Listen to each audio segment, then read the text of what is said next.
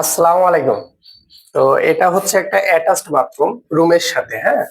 তো এই বাথরুমটা আছে আপনার 6.5 ফিট, মানে এইভাবে 6.5 ফিট, আর এদিকে আছে হচ্ছে 5.5 ফিট।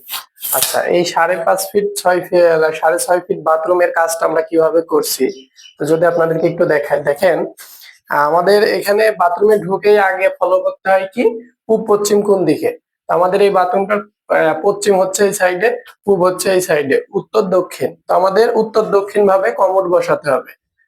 উত্তর দক্ষিণ ভাবে হাই কমোড লো কমোড যেটাই হোক না কেন বসাতে হবে।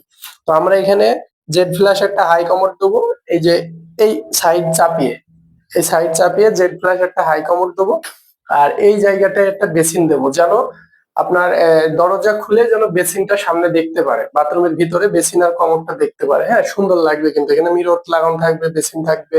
তো এই যে কমোডটা, এই কমোডের এই জায়গাটায় একটু ভিতরে নিয়ে আসো। এই জায়গাটায় আমরা শাওয়ার স্পেস দেবো, হ্যাঁ, এই জায়গাটায় শাওয়ার স্পেস দেবো। তো এইভাবে আমরা কাজটা সাজাচ্ছি। তো বাথরুমের এই কাজটা মোটামুটি কিরকম হবে অবশ্যই একটু জানাবেন। ধন্যবাদ।